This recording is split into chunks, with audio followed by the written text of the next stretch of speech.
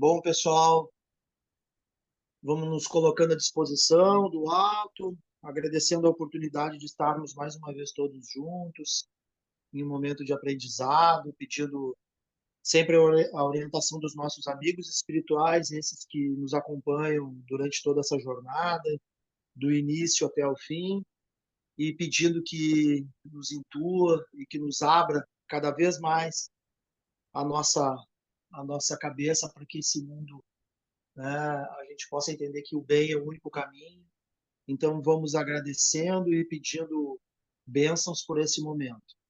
Pai nosso que estais no céu, santificado seja o vosso nome, venha a nós o vosso reino, seja feita a vossa vontade, assim na terra como no céu.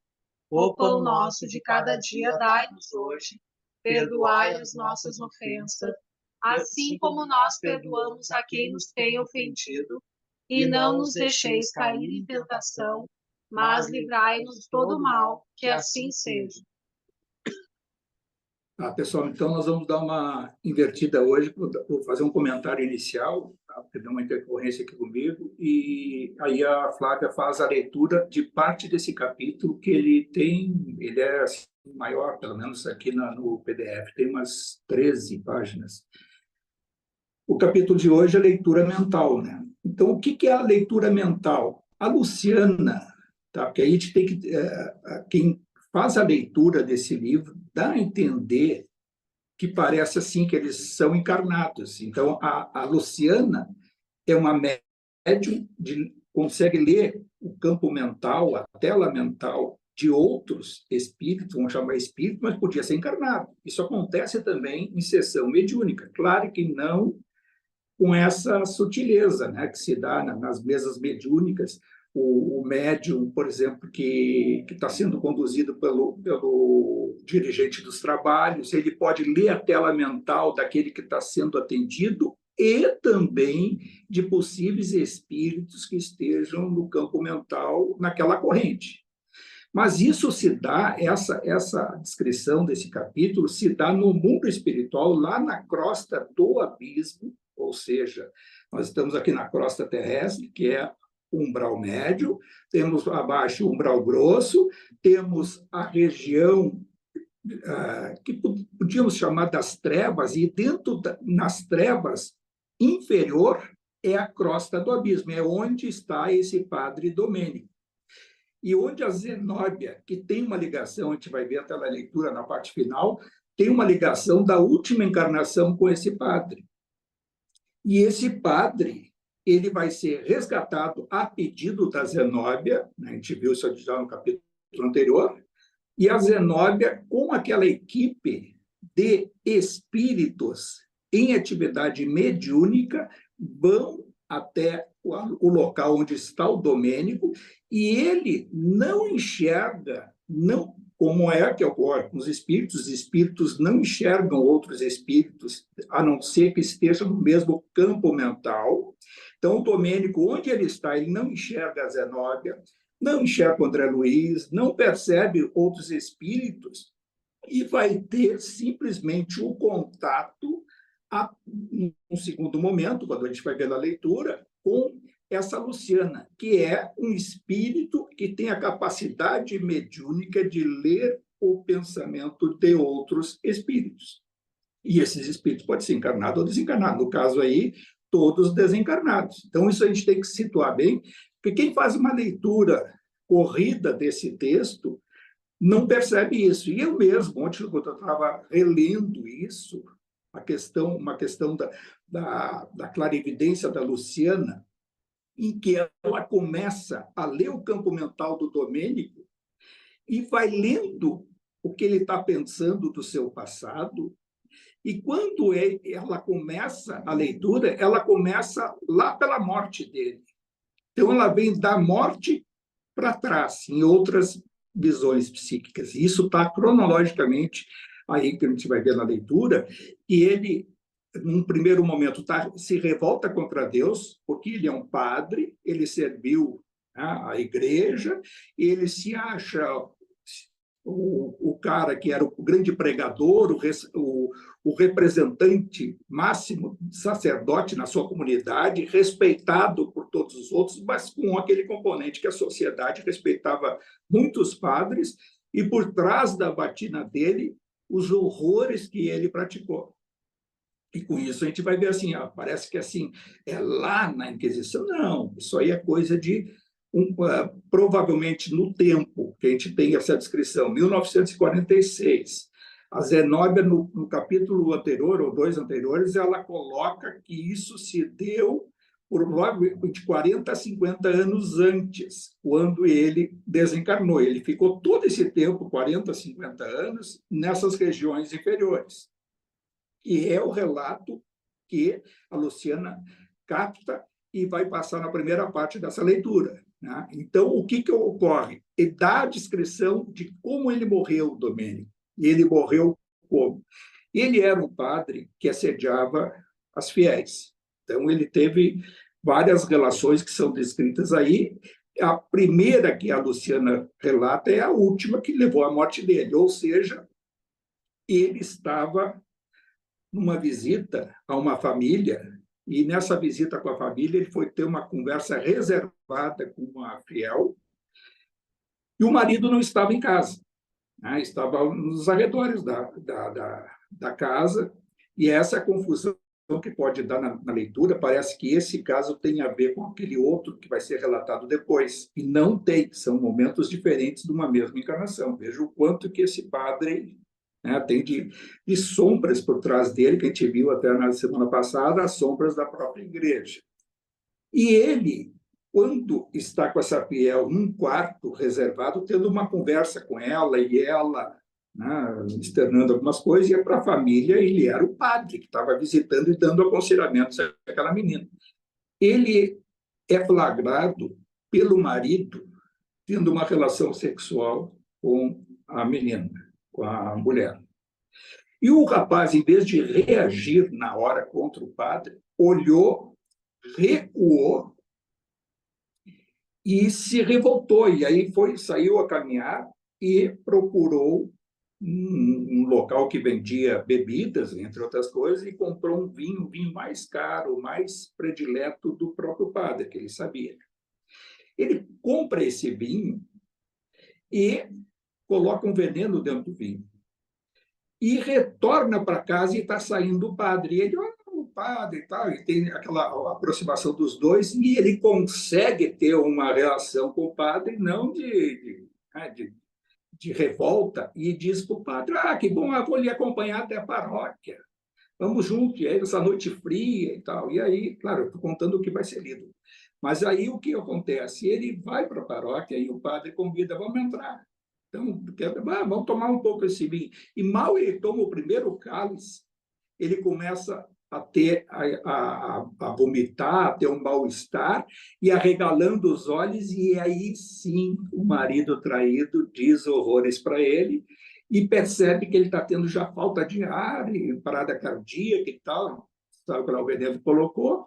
E o que ele faz, esse marido traído? Pega o vinho, descarta em algum lugar que ninguém viu, e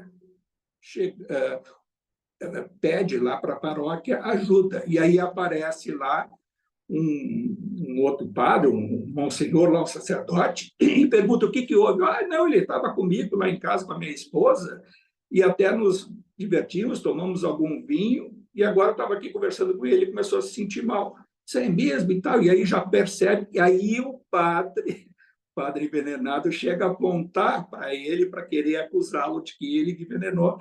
E ele pega o dedo do padre e diz assim, não, meu padre, meu isso, meu aquilo, começa a fazer, vai ser insuportável a nossa família, essa perda, te recupera, vamos isso, chama ajuda, chama o médico e tal. E aí que se dá, ele acaba depois morrendo. E o médico que vem fazer o atendimento tem ligações com outros casos, que a gente vai ver, né, e o próprio médico que percebe que, na realidade, deve ter sido um suicídio, mas que, para aquela época, né, e para a igreja, seria um escândalo um padre cometer o suicídio. Mas por que o suicídio?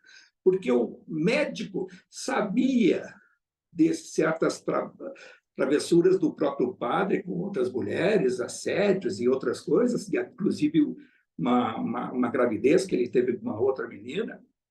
E aí o que ocorre é a morte do padre, e aí que a gente vai ver aí a descrição, que não tem nada a ver, aí o horror que fica a Luciana lendo a tela mental dele, passando mediunicamente, qual é o objetivo da Luciana? Ao externar o que ela vê do passado do padre, para ele se tocar e parar com aquela empáfia dele, de se revoltar contra Deus, que ele é injustiçado, que ele foi abandonado lá nas regiões infernais e que não tinha por que acontecer isso, onde é que está Jesus, onde é que está Maria, onde é que estão os espíritos celestiais que deveriam ter uma glória de reconhecer o quanto que ele fez pela igreja. Passa isso na tela mental, ela descreve o pensamento dele e vai encaixando outras histórias. E aí, no primeiro caso, é a própria morte dele. Aí ele começa a recuar. Antes da morte, outras situações que vêm na tela mental dele, que aí a gente vê ali que ele passa por uma cena em que ele uma menina que ele tinha uma relação também com ela, relação sexual com ela, e ela engravidou. E ela foi até a paróquia dizer para ele, olha, padre, eu estou com sintomas de gravidez e tal, e ela, mas não é, que absurdo é esse e tal? E aí a menina, na loucura dela, na fantasia, achava que o padre ia abandonar a batina para ficar com ela e contrair matrimônio e tal. E, na realidade, o padre, não, que isso? Os propósitos meus com Deus e com isso não posso aquilo, e disse para ela, deu um conselho para ela, vamos fazer o seguinte, pega um dos servos, qualquer um, e vamos arranjar um casamento para ti, e ele assume isso, eu consigo que assume, e vou casar perante a igreja vocês, e tu vai ser feliz e tal. E ela, na realidade, estava apaixonada pelo padre. E ela vai para casa, desesperada, por causa dos pais dela, e aí, numa noite em que estava chovendo, com tormentas e tudo, barulhos de raios, trovões, ela toma formicida, né, veneno para formiga, e começa a gritar e sentir, não sei, a sensação que deve dar isso, que ela gritava e ninguém ouvia, porque os barulhos da própria chuva e dos trovões, o pai dela não escutava. De manhã, o pai dela vai no quarto dela, ela estava morta. Aí é chamado quem? Chamado o médico, aquele mesmo médico, que mais uma vez, certamente é o médico da localidade, vai lá e diz que ela teve um infarto, porque, na realidade, é ruptura das aortas e tal, mas com uma idade muito precoce, às vezes uma exceção acontece e tal, e ela morre. E aí, o que aconteceu?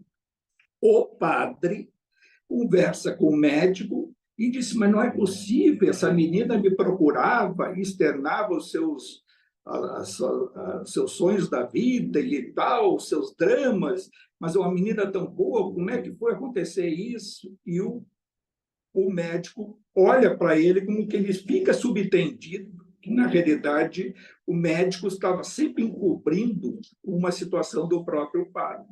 Bom, tudo bem, ela vai para o mundo espiritual e passa a ser um dos espíritos que passa a obsediá-lo. Já tinha aquele primeiro lá, quando ele morre, ele é capturado, e quem leu O Guardião da Meia-Noite, do Saraceni, alguns aí devem ter lido, não sei se o Kiko leu, Flávia, vocês leram O Guardião da Meia-Noite? Bom, tem o do Saraceni, a história do barão. Ô Francisco, eu não li esse, mas essa história está muito parecida com aquele O Bispo. Isso, também, o bispo ali, olha, eu vi na Inquisição. Eu li. Aquela passagem do bispo ali, bom, aquela ali, em algum lugar eu estava, mas, sinceramente, aquilo ali foi numa época da Inquisição, dos subterrâneos da igreja, e o que aconteceu ali. Mas eu quero falar do barão, lá do Saraceni, que ele ficou preso ao próprio corpo no sepulcro e foi devorado Ele sentia os próprios ratos corroendo seus ossos, seu cadáver, as cobras e tal, e ele passa depois a se libertar, entre aspas, né? Faz os pactos dele lá embaixo. E esse aí, o caso desse padre Domênico, ele percebe os seus despojos em putrefação e ali ele é resgatado por um espírito daqueles seus comparsas e provavelmente até uma das vítimas, que dá no texto aí, fica subentendido que ele foi retirado daquele corpo em putrefação, mas ele sai correndo. Ele não faz o pacto com quem o resgatou, um espírito de uma mulher com um aspecto horrendo, né? Uma das suas vítimas, provavelmente. Tem muita coisa que fica implícita, mas aí com outras leituras que a gente pode ter essa percepção de que as coisas muitas vezes ocorrem dessa forma mesmo. Então, essa segunda menina, tá, que ela comete o suicídio por estar grávida do padre, fica encoberto por ali, o padre diz que foi um infarto, né, uma ruptura do sistema cardíaco e tal, e fica por isso.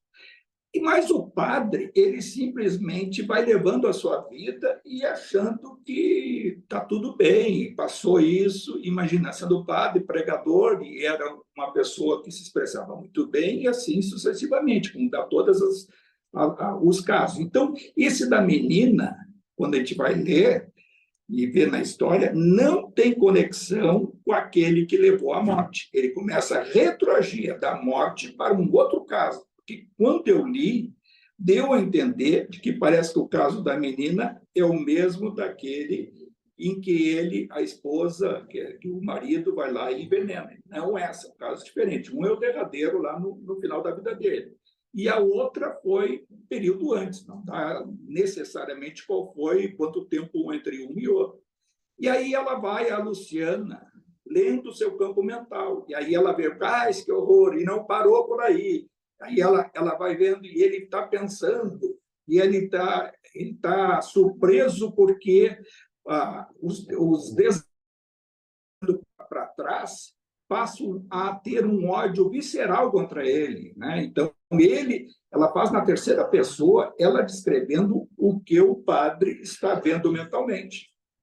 Bom, aí ela vai aprofundando a situação e aí até que na tela mental dela aparece um outro, na verdade são 4 casos, vamos ver aqui.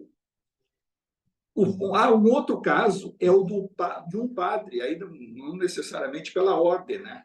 Tem um outro padre, colega dele, tá, numa paróquia, e esse caso é muito interessante, que ele queria ser transferido de uma paróquia para um litoral dessa cidade, não sabe, provavelmente lá no Rio de Janeiro, do litoral.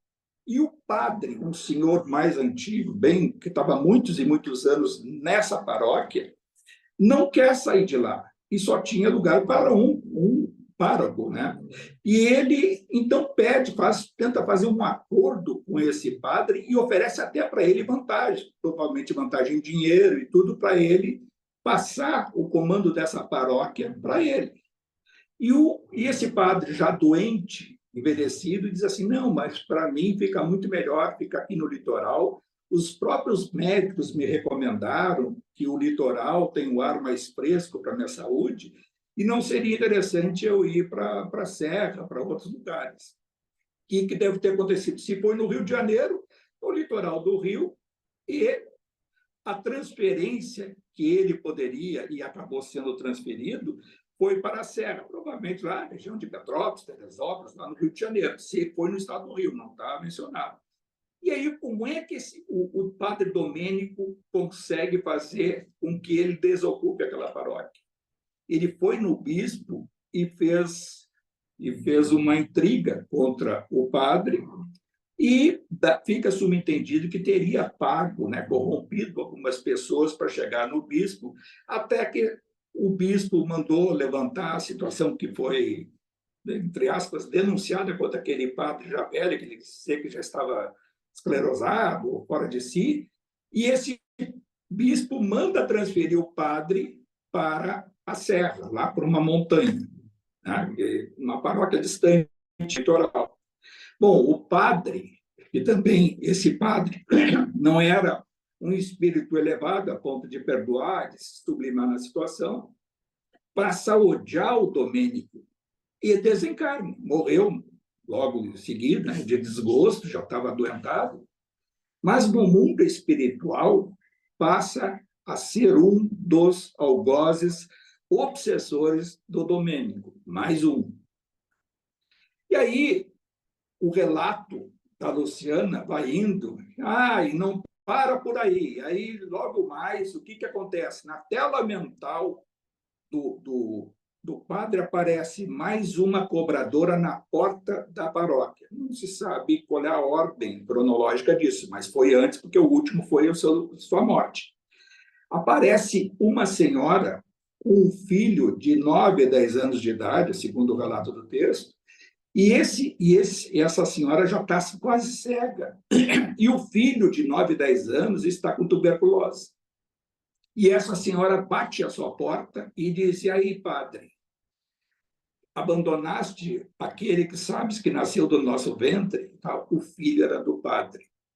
E a mulher, pobre, cega, com filho tuberculoso, pede para ele ajuda encarecida para medicamentos e comida, porque o guri estava até subnutrido e tal. E o que faz o padre Domênico? Vê a situação e ele já tinha um código com outros servos lá da própria paróquia, e ele tocou uma campainha, uma sineta, e estes servos soltaram os cães. E os cães quase que devoraram o guri, e elas saíram em batida retirada, correndo, a mãe cega e o filho tuberculoso. Algumas semanas depois, morreu esse guri, esse menino de 9, 10 anos, de tuberculose, e a mãe, pobre, indigente, cega, foi recolhida a um sanatório, né? E aí lá teve seus últimos dias. Também, quando desencarnou, passou a ser mais uma obsessora do padre Domênico. Essas histórias todas, elas são a primeira parte, né, desse capítulo, e aí a Luciana demonstra para eles que tinham mais coisas. Ele começava a pensar, e aí aquele livro, e aí nós vamos ver a semana que vem toda essa coisa do campo mental e fazer as comparações, extrair desse texto, desse livro, dessa obra, tudo que possa servir para cada um de nós, né? Tanto um aprendizado, como também de a gente imaginar que não é importante ter acesso a detalhes do passado, e sim circunstâncias que nos levem a uma reflexão de que por que ocorre isso ou aquilo, e refletir sobre o passado, mas não querendo interferir no passado. Por isso que a terapia de vidas passadas, essa tela mental, por exemplo, ela é muito válida quando aparece um grande propósito. Qual é que era o propósito da Luciana em relação ao padre Domênico? É de ele se dar conta de erros que ele próprio cometeu, que não era Deus, não era o mundo espiritual, não era o superior, que estava cobrando dele, e sim estava guardado na sua consciência os erros cometidos.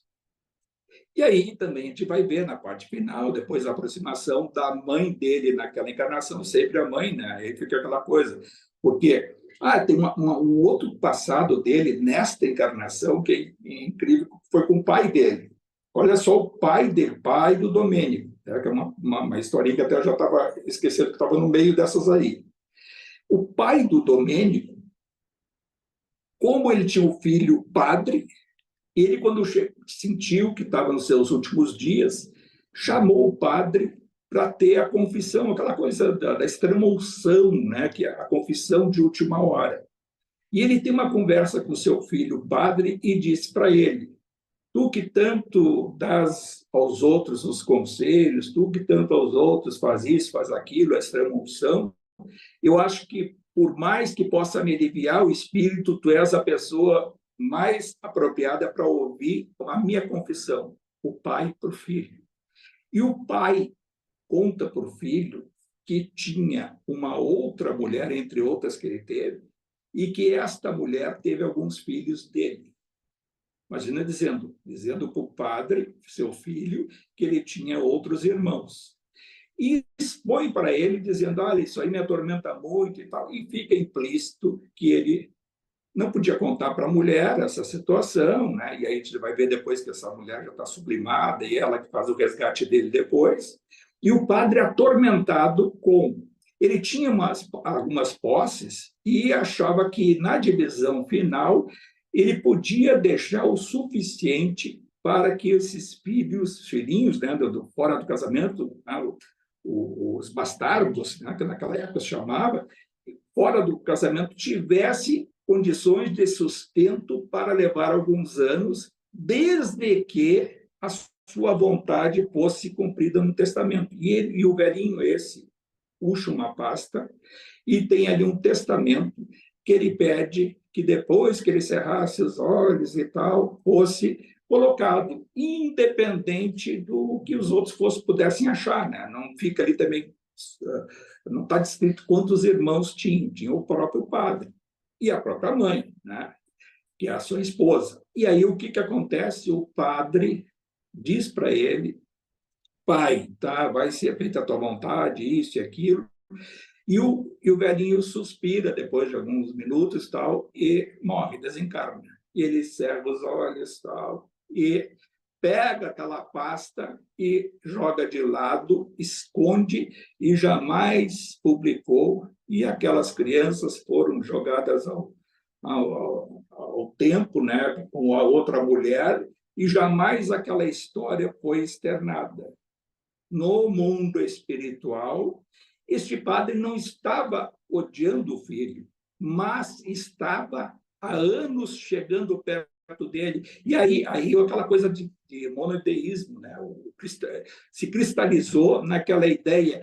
E aí, meu filho, e aí tu não fizesse o que tu prometesse, tu cobrando, ficou um cobrador, não obsessor de fazer o mal, mas um cobrador que parou no tempo, sempre cobrando o filho. E ele percebia mentalmente essa cobrança do padre.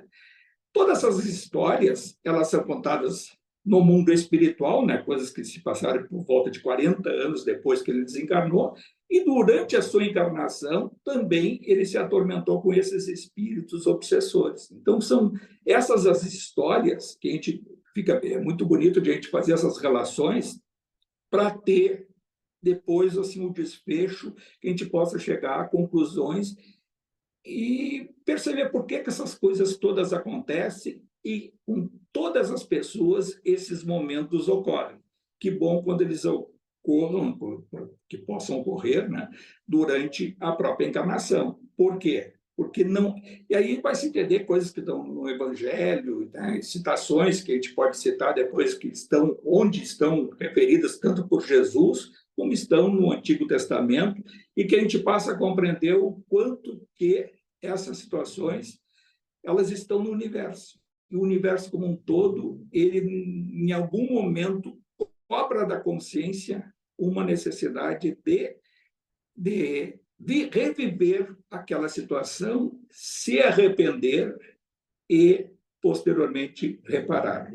No caso do Domênico, a gente vai ver, já adiantando, ele não tem a condição de trabalhar todas essas situações, e nada melhor em momentos como esse do que reencarnar. Ele passa adiante depois a ser conduzido, né, quase que, entre aspas, compulsoriamente pela sua mãe, a um processo de reencarnação e provavelmente expiando culpas e provavelmente com situações que possam levá-lo a distúrbios mentais, né, de fobias e de culpas que ele vai tendo e sendo enquadrado em distúrbios mentais conforme a medicina possa registrar. Acho que até não podemos rotular, mas essas são as causas da culpa de consciência que nós nos viramos, nos direcionamos para o interior com uma culpa e nos fechamos para o mundo. Mas esse processo ele é necessário. Por que reencarnar? Porque não conseguiria suportar depois que ele passa a reviver tudo isso na tela mental dele, ele possa sentir que essa situação ela tem a necessidade, né, de ser reparada por ele mesmo num estado de consciência. Tá, pessoal? Então, eu não sei qual é o tempo que nós estamos aí. 7h30 agora. Tá, então, Flávia, então faz favor, aí faz agora a leitura, e aí eu vou me retirar e depois eu vou, conforme for, aí eu volto ou não, tá bom? Tá bom, então. Obrigada, Francisco. Seguinte, eu tiver dessas questões para a semana que vem, dúvidas, tá? E até depois a gente não rever todas essas coisas nossas aqui, de ter alguns momentos para, baseado nas obras que a gente estuda, lê e comenta, de encaixar com outras situações, mas com a participação de quem queira fazer outras perguntas também direcionadas. Vamos pensar no modelo aí para ficar uma coisa mais ampla, para não ficar só direcionado nos livros. O mais importante de tudo isso, até vou deixar para a semana que vem, são as reflexões que nos levam a ligar isso com coisas do Evangelho e coisas que todos nós vamos nos defrontar mais adiante. Não importa se ainda vamos dormir, por isso que aí a gente passa a entender por que alguns espíritos, muitos deles, desencarnam e ficam dormindo, e quando acordam, né, num estado aparente de vigília, acordam já num berço, reencarnados. Ou ficam inseridos num mundo paralelo sem se dar conta porque não consegue abrir essa tela mental, porque, em geral, o espírito se atormenta tanto que ele enlouquece. Se até os bons, a gente vê, o próprio Inácio uma vez estava contando que quando ele teve acesso a olhar o seu próprio passado, ele teve que parar e passou a compreender o porquê que o passado longínquo não deve o espírito ter acesso. Ele, sendo o que era e que é, né? O espírito está, tudo bem, não é? Um luminar, mas estudioso da doutrina e já revivendo. A última encarnação teve de dedicação à medicina e aos enfermos do espírito, né? E todo aquilo que a gente conhece do seu passado recente não conseguiu ter o acesso pleno ao seu passado remoto, porque ele disse, eu ia enlouquecer. Quando a gente vê, já falamos várias vezes sobre aquela obra Getúlio Vargas em Dois Mundos, ele, com essa de Queiroz, quando vai tendo acesso ao seu passado, ele, anos depois, foi perceber que ele foi o presidente do Brasil. Depois, na década de 80, ele cometeu suicídio em 54.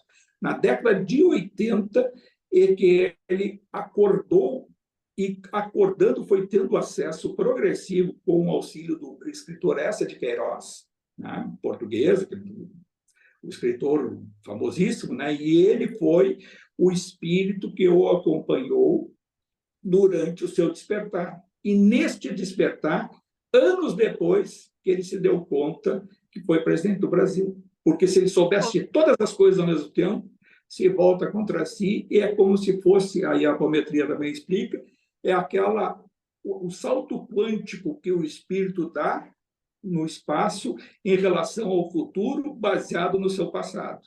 E nós não temos campo psíquico para suportar isso. E a gente vai estudando essas coisas todas. Pode falar. Não, é só para a próxima aula aí que tu tá. Ai, peraí. Ah, não, tá aberto. Para a próxima aula, eu queria que tu falasse um pouquinho dessa coisa da tela mental, quando essas telas mentais de vidas passadas aparecem de forma espontânea em sonhos.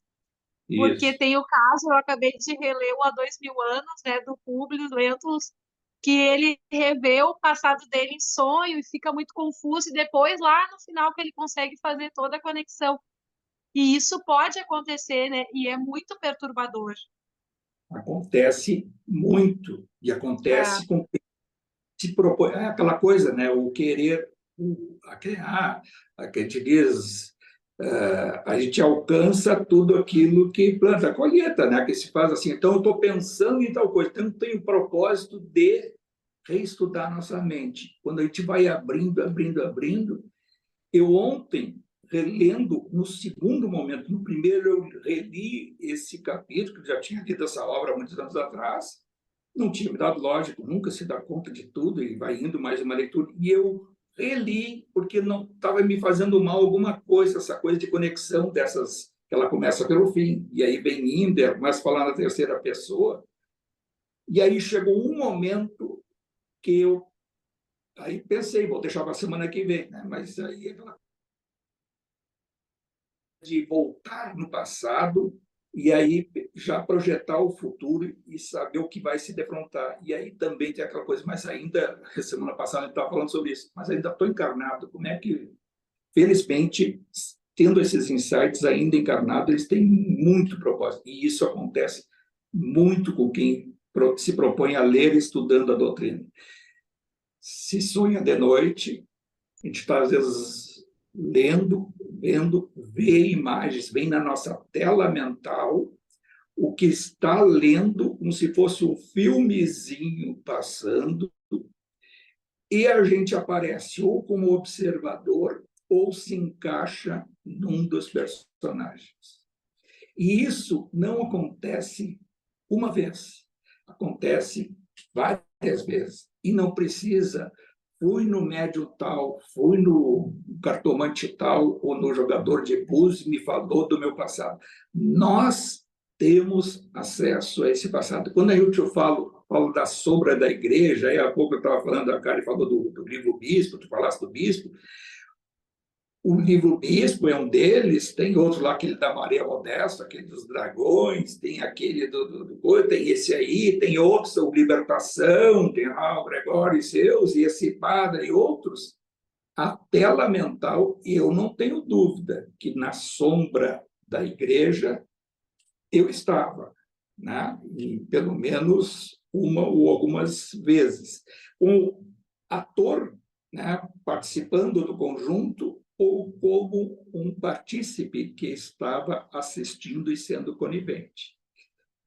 Mais do que isso, em outras cenas, outros entre os nossos, e aí inclui-se os nossos colegas médiuns, amigos, colegas, e a gente vivencia situações. Vou dar particularmente, percebo várias vezes algumas freiras, madres, comparsas que estavam junto e que sabiam dos delitos e que entregavam e às vezes coisas, e às vezes esses personagens aparecem à nossa frente numa convivência hoje indireta, gratuitamente, com determinadas antipatias, mas que não são felizes, né? São cristalizadas. E aí, quem percebe, cabe a quem percebe transformar isso, mas não é fácil. Não é fácil.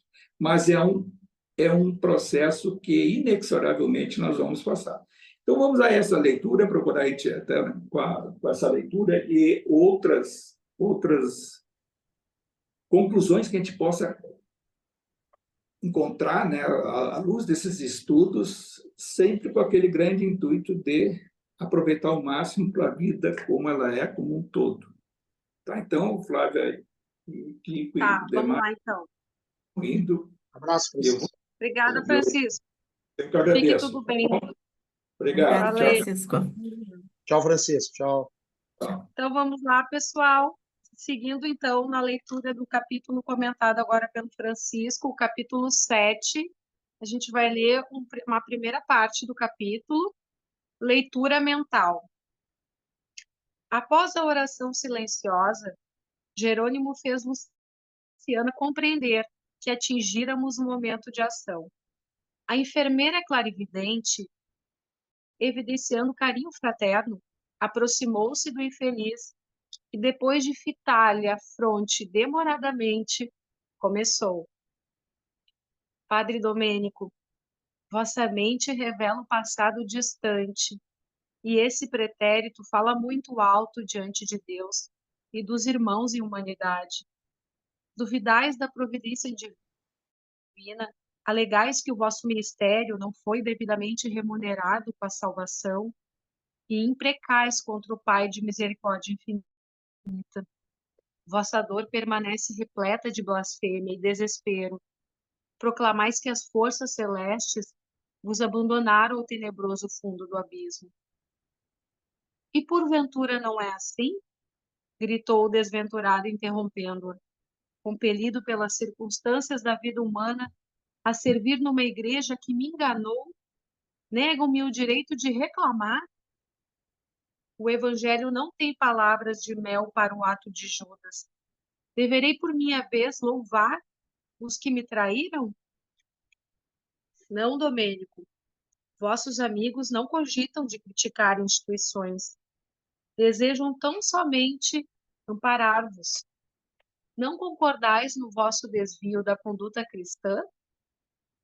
Teríeis de fato agido como sacerdote fiel aos sagrados princípios esposados? Esperaríeis um paraíso de vantagens imediatas para cada dos túmulos, tão só pelas insígnias exteriores que vos diferenciaram dos outros homens? Não ponderastes a extensão das responsabilidades desassumidas? Ó, que perguntas! Exclamou interpelado com indisfarçável azedume. A organização religiosa que servi prometeu-me honras definitivas. Não era eu diretor de grande coletividade social? Não ministrava o Santíssimo Sacramento? Não fui recomendado ao céu? Apesar de tais protestos, o padre Domênico já acusava sinais de transformação íntima. Fizera-se-lhe a voz mais triste, denunciando capitulação próxima. O fato de ele nos sentir de mais perto, através da audição, facilitava-nos a atuação magnética de auxílio. Ao término de suas interrogações reticenciosas, Luciano observou: as igrejas, meu amigo, são sempre elevadas e belas, consubstanciam invariavelmente o roteiro de nosso encontro divino com o Pai de infinito amor, ensinam a bondade universal, perdão das faltas, a solidariedade comum. Mas e os nossos crimes, fraquezas e defecções? Em geral, todos nós, filiados a correntes várias do pensamento religioso na Terra, exigimos que se nos faça justiça, esquecidos, contudo, de que as noções de justiça envolvem a existência da lei. E como ludibriar a lei soberana e inalterável, embora compassiva em suas manifestações? Não concordais que é absurdo reclamar determinado procedimento dos outros, esperando para o nosso eu tirânico e desequilibrado as compensações somente devidas aos observadores das regras de purificação, das quais não passamos de meros expositores no campo do ensinamento? Oh, oh, e a confissão? Tornou Domênico visivelmente impressionado com as palavras ouvidas. Monsenhor Pardini ouviu-me antes da morte e absolveu-me. E confiastes em semelhante medida? Vosso colega de sacerdócio poderia induzir-vos ao bom ânimo e à coragem necessária ao serviço de reparação futura, mas não conseguiria subtrair-vos à consciência os negros resíduos mentais dos atos praticados. Vosso coração, Padre, é um livro aberto aos nossos olhos. Envolvido nas trevas, injuriais o nome de Deus e sua justiça. No entanto, a viva descrição de vossas reminiscências são bastante expressivas. Porque Domênico se calasse humilhado sob a vigorosa influenciação magnética de Zenóbia, que o mantinha nos braços, a clarividente prosseguiu. Vejo-vos a derradeira noite na existência carnal. Acompanho-vos em noite fria, sob fortes rajadas do vento de céu sem lua. Desviastes o passo de centro populoso, enveredais por estrada sombria de recanto suburbano. Não somente vos observo a forma física, sinto-vos igualmente um estado emocional. Empolgado pela visão embriagante dos sentidos, penetrais um lar honesto, cego por sentimento menos respeitoso para com alguém que vos ouviu inadvertidamente as palavras finas de sedução e malícia. Alijastes a batina escura, como quem despe incômoda a capa. E vergais agora na intimidade de pequeno salão verde, perfumado costume de casimira cinza clara. Absorvida por vossas referências gentis, que apenas traduzem propósitos de sensação, distantes de qualquer sentimento edificante, certa mulher cede às vossas promessas. Alguém, todavia, demora-se espreitando-vos. É um homem que se certifica da ocorrência e afasta-se, alucinado, sem que lhe identificasseis a presença. Trata-se do esposo ofendido em dolorosa crise passional. Distancia-se, a caminho da pequena cidade próxima, tomado de dor selvagem. Penetra grande empório de bebidas e adquiriu 1 litro de vinho antigo por alto preço. Afasta-se angustiado e, oculto à sombra de árvores acolhedoras, adiciona ao conteúdo do frasco pequena porção de substância venenosa fulminante. Em seguida, espera-vos de longe, acariciando a ideia do assassino. Noite alta, regressais ao presbitério, e o adversário, como quem volta de ligeira viagem, saúda-vos agradavelmente com dissimuladas demonstrações de estima e confiança. Paira o convite ao vinho reconfortante na madrugada gélida e abris a porta da residência paroquial. Entrais calmo, na tepidez do interior doméstico, à frente de vasta mesa bem servida, experimentais honrado o vinho velho misturado a veneno destruidor. Não tivestes tempo para explicações.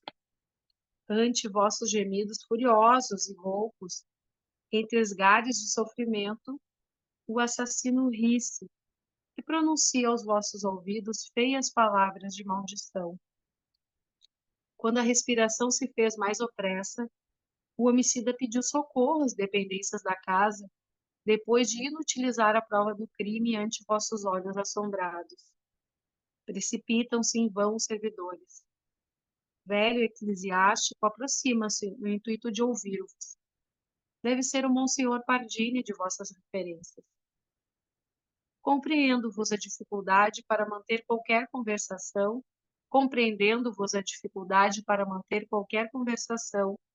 interroga o criminoso, que se declara vosso amigo íntimo e esclarece fingidamente que regressava em vossa companhia do próprio lar, onde havíeis entretido confortadora e longa palestra junto a ele e a esposa, demorando-se aí por insistência dos dois. O criminoso, revelando piedade irônica, assegura que vos acompanhara à casa paroquial em vista da noite alta e que demandara o interior a vosso convite, para reconfortar-se, e que em plena palestra amistosa caíste, fulminado por síncope singular. Debalde intentais esclarecimento. Vossa destra levanta-se e o indicador aponta o criminoso. Monsenhor Pardini aproxima-se. O homicida toma-vos a mão quase inerte e exclama: é preciso salvar o padre Domênico. Minha esposa e eu não nos conformaríamos com semelhante perda. O eclesiástico que vos assiste permanece sob forte emoção. Supõe ser o vingador o companheiro desvelado da vítima e inicia o serviço dos moribundos. Endereçais supremo olhar de impassível desespero ao adversário e compreendeis o próximo fim do corpo. Esfriam-se-vos os membros. Viscoso suor vos corre abundante do rosto e, num esforço tremendo, pronunciais de maneira quase ininteligível uma frase: eu, pecador, me confesso. O religioso que vos acompanha, porém, fecha-vos os lábios, no intuito de poupar-vos e assevera: Domênico, descansa em paz. Ao sacerdote reto não se faz necessária a confissão no alento derradeiro. Ainda hoje ministraste a sagrada partícula. Pede a Deus por nós no céu. Em seguida, concede-vos plena absolvição de todos os pecados da existência humana, tratando-vos a personalidade espiritual cheio de santa confiança. A palavra do colega, porém, perturba-vos a consciência. No fundo, sabeis que a morte vos surpreende em doloroso abismo. Em vão tentais receber a paz que Monsenhor Pardini vos deseja. Debalde procurais desviar o olhar do envenenador que vos segue mordaz. Vossas mãos tombam inertes. O religioso amigo segura o crucifixo que não sentis. Vossos olhos param na contemplação da última cena. Abre-se a porta da alcova espaçosa e alguns servos ajoelham-se em pranto. Não distante, um sino toca fúnebre aviso. Amanhece. Entretanto, semi-inconsciente, fustigado pela dor e pela desesperação, não vos vejo desfrutando as claridades do novo dia que surge. Cá fora, há círios acesos e atitudes respeitosas dos paroquianos que se multiplicam, visitando-vos os despojos após o laudo médico de bondoso facultativo que intimamente vos crê suicida, fornecendo, porém, explicações da causa mortis como sendo fulminante ataque de angina, a fim de evitar escândalos e perturbações no círculo sempre venerado da religião. Há pessoas que choram sinceramente e ouço comentários elogiosos ao vosso pastorejo sacerdotal. Dentro de vós todavia, prevalece imensa noite. Gritais como cego ao abandono, no primeiro instante de cegueira inesperada. Porém, ninguém vos ouve. Relacionais o crime de que fostes vítima, rogais providências contra o matador, mas os ouvidos humanos agora permanecem noutras dimensões. Buscais o recurso de fugir, mas invencíveis grilhões vos ligam ao cadáver. Ao crepúsculo, processa-se o enterramento. Abre-se o templo suntuosamente ornamentado com flores roxas. Cânticos tristes evolam-se do coro e toda a nave cheira a incenso. Com grande pompa, em todas as minudências das exéquias, vosso corpo desce ao último abrigo. Entretanto, permaneceis ligado às vísceras decompostas. A descrição da enfermeira impressionava-me profundamente. A entidade infeliz parecia tocada nas mais recônditas fibras do ser. Após breve espaço, Luciana prosseguiu. Com o sepultamento do corpo, começaram para a vossa alma infinitos padecimentos.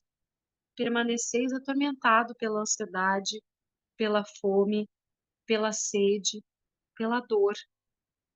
Não posso precisar quanto tempo gastais em semelhante angústia. Sinto, porém, que a entidade sofredora de certa mulher vos visita o sepulcro. Estende-vos braços horrendos, e, sob impressão de pavor, conseguistes desatar o laço ainda restante que vos prende ao corpo disforme, fugindo a praguejar. Vosso quadro consciencial modifica-se. Recordais o drama da infortunada que vos apareceu suplicante. Oh, foi também vítima de vosso poder fascinador. A leitura mental de vossas lembranças revela as particularidades da experiência final da tresloucada. Pobre mulher crédula e confiante. Vejo-a chegando ao presbitério em tempestuosa noite. Experimentais a emoção inferior do homem menos digno que sente um império absoluto sobre a presa. A pobrezinha, todavia, chora e roga-vos auxílio. Pronuncia palavras de comover corações de pedra mostrando indefinível desalento. Perceba o que diz.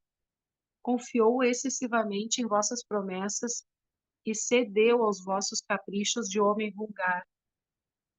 A princípio acreditou que não adviriam desagradáveis consequências, certa da possibilidade de fugir a quaisquer observações.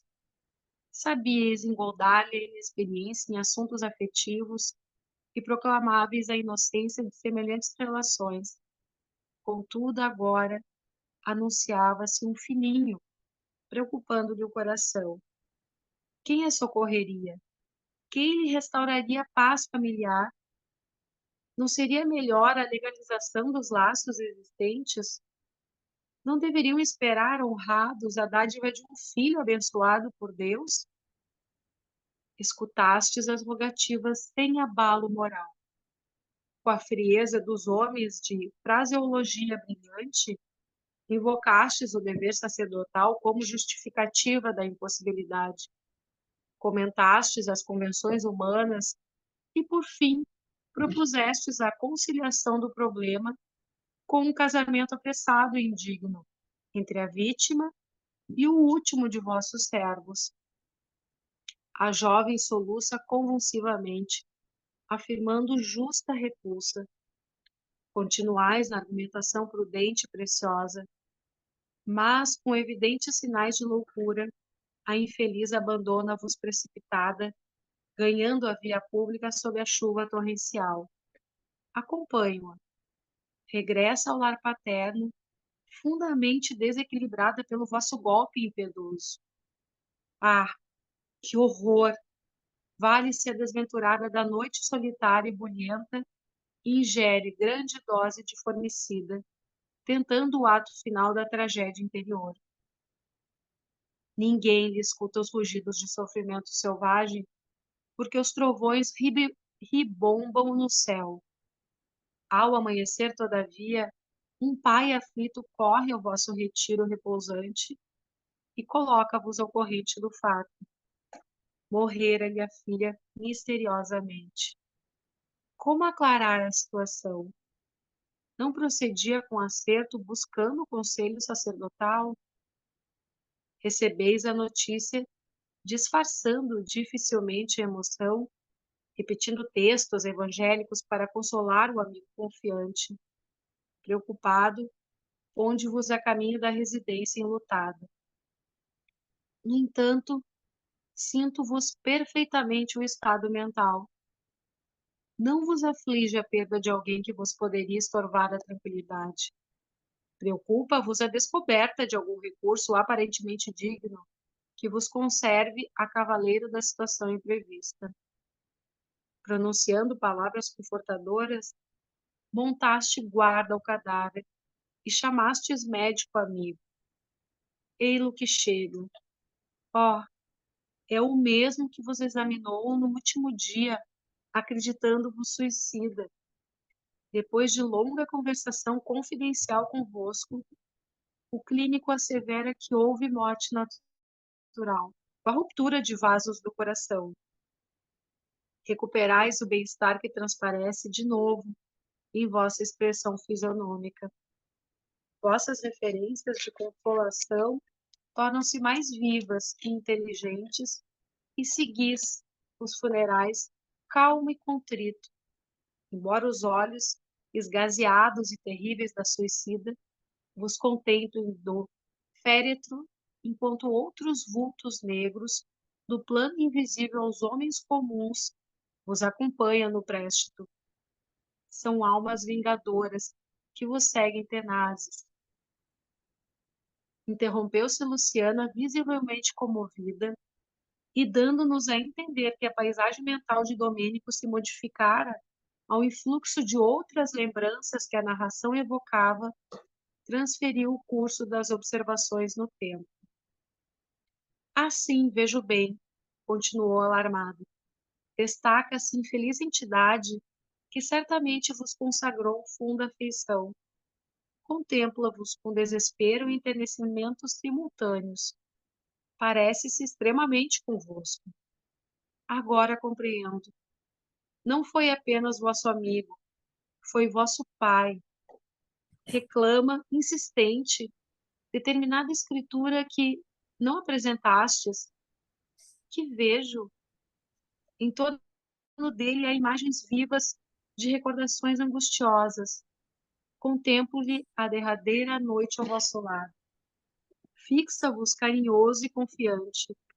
A dispneia concede-lhe trégua mais longa, e o moribundo entrega-vos grande testamento em que relaciona suas últimas vontades. Fala-vos afetuoso e humilde de seu passado oculto. Não foi simplesmente o genitor feliz de um sacerdote e de filhos outros que lhe honram o nome, declara. Foi moço arrojado a comprometer-se em aventuras diferentes. Possuía alguns filhos à distância do lar e não desejava partir sem legitimá-los devidamente. Além disso, pretendia garantir-lhes futuro próspero. Escutais com indisfarçável interesse. Em seguida, a pedido do genitor, ledes a discriminação dos pequenos legados a pupilos dele. O agonizante acompanha-vos atento com o olhar. Tende agora belas palavras nos lábios, justificando-lhe os erros do passado. Sabeis consolar com primores verbalísticos que lhe provocam admiração. Por fim, prometeis ao coração paterno exato cumprimento de seus derradeiros desígnios. Edificado, confessa-vos ele os deslizes que omitira. Declara-vos seu arrependimento in extremis e diz de sua esperança no céu, onde Jesus lhe receberá os sinceros desejos de reparação. Palavras entrecortadas por suprema aflição, reitera-vos a súplica de amparo constante a certa mulher, cercada de filhinhos que esperam dele o sustento necessário. Ajudado por vós, abraça-se ao crucifixo que contempla de olhos nevoados. Recitais longa e comovente oração, acariciando-lhe a cabeça grisalha. Mais alguns momentos, esforçando-se por ver-vos pela última vez, o moribundo cerra os olhos no ato final do corpo. Estais sozinho com o cadáver. Conservais o polegar e o indicador da mão direita sobre os olhos do morto, a fim de imprimir boa postura fisionômica. Antes, porém, de qualquer comunicado ao interior doméstico, sepultais o documento imóvel pesado com intenções francamente hostis aos retos propósitos do desencarnado. Desde esse instante, parece-me que ele vos seguiu, sempre de perto, reclamando. Permanece angustiado na tela mental de vossas lembranças vivas. A clarividente para de novo, fixando particularidades diversas, enquanto o infeliz Domênico entremostra insopitável comoção. Oh, agora, prosseguiu Luciana, dando conta da tarefa que lhe fora cometida. É outro perseguidor severo. Salienta-se que a minha visão é um velho eclesiástico que deixou o aparelho físico endereçando-vos intensas vibrações de ódio. Vossas reminiscências esclarecem o fato. Desejáveis, a qualquer preço, o curato que lhe pertencia. Variados interesses pessoais prendiam-vos o pensamento à pequena cidade, sob a orientação do antigo pároco. Intentais a realização do desejo por métodos suas horas. Em longo diálogo, propondes a compra da paróquia em caráter particular. Alegais dispor de bastante influência política para efetuar a transferência sem abalos, remunerando-lhe a adesão incondicional ao projeto. O velhinho, porém, recusa e justifica-se. Permanece junto àquele rebanho desde muitos anos. Além disso, está velho, doente. Servir à igreja com as melhores forças de seus bons tempos de saúde física. E espera a possibilidade de morrer ali, respirando o ar amigo do seu pequeno pomar. Reconhece vossa superioridade na questão, considerando-vos as relações prestigiosas no seio do clero e da administração pública, e assegura que, se outras fossem as condições, cederia o lugar sem qualquer remuneração ou relutância. Os médicos, entretanto, recomendam-lhe a residência no litoral, para que a atmosfera marinha lhe facilite o esforço do coração. A rogativa comoveria a qualquer. Ouvistes, concordastes e apresentais despedidas arquitetando novo plano. Dali mesmo, sem qualquer escrúpulo, partis em visita pessoal ao bispo da diocese a quem expondes, com fingida humildade, a solicitação que vos preocupa. Enganado, o dignatário da igreja ouve atenciosamente e aceita o que propondes, recomendando, porém, prévia audiência de seus assessores diretos. Não tendes dúvidas ou ponderações de qualquer natureza. Gratificando companheiros altamente colocados, conseguistes que o antigo sacerdote fosse removido compulsoriamente para a longínqua paróquia de Montanha, onde o ancião morreu sem delongas, odiando-vos de morte, intoxicado pela cólera e pelos reiterados desejos de vingança, está cego às manifestações da espiritualidade superior, cercando-vos com ira implacável. Novo intervalo da clarividente, Luciana, porém, recomeça a exposição mais alarmada. Agora surge determinada mulher. Parece-me que desencarnou depois de melindrosa operação nos olhos. Sim, a vossa tela de reminiscências fala bem alto. Foi vítima do vosso poder fascinante de homem dominador. Ei ao vosso lado no último encontro, ainda na esfera carnal. Acabastes a refeição alta da manhã, quando alguém bate à porta paroquial. Trata-se de pobre mulher, envelhecida prematuramente, quase cega, conduzida por anêmico menino de 9 a 10 anos, que vos suplica auxílio. Ante a frieza de vossa recepção, a infortunada, em palavras sentidas, invoca o passado de leviandades e pergunta se esquecestes o filho que lhe colocaste nos braços. Chora, gesticula e explica-se. Trabalhara sinceramente pela própria reabilitação, mas em toda parte acusavam-na de prostituição e ociosidade. Lutara heroicamente por manter o filhinho, à custa do serviço honesto, mas adoecera sem qualquer proteção, e ali estava, quase cego, implorando socorro. Se pudesse, pouparia ao filho ainda criança a humilhação de conhecer o pai desalmado. Entretanto, o pequenino abeirava-se da morte. Surpreendera-o a tuberculose devoradora e suplicava-lhe o auxílio financeiro para o tratamento indispensável. A criança contempla-vos, triste e confiada. Ouvistes, indiferente, e ensaiastes resposta estranha. Ao vosso toque particular de campainha, determinado servidor aparece, conduzindo cães bravos que ameaçam os pobres pedintes, forçando-os a fugir espavoridos. A criança, no último degrau da anemia, morre sem recursos, e a mãe infeliz desencarna em pavilhão da indigência, com um sinistro desejo de vingar-se de vós de qualquer modo. Interrompera-se Luciana novamente, como para fixar minúcias apenas visíveis ao seu olhar. De súbito exclama: Oh, que horror! Vejo mais.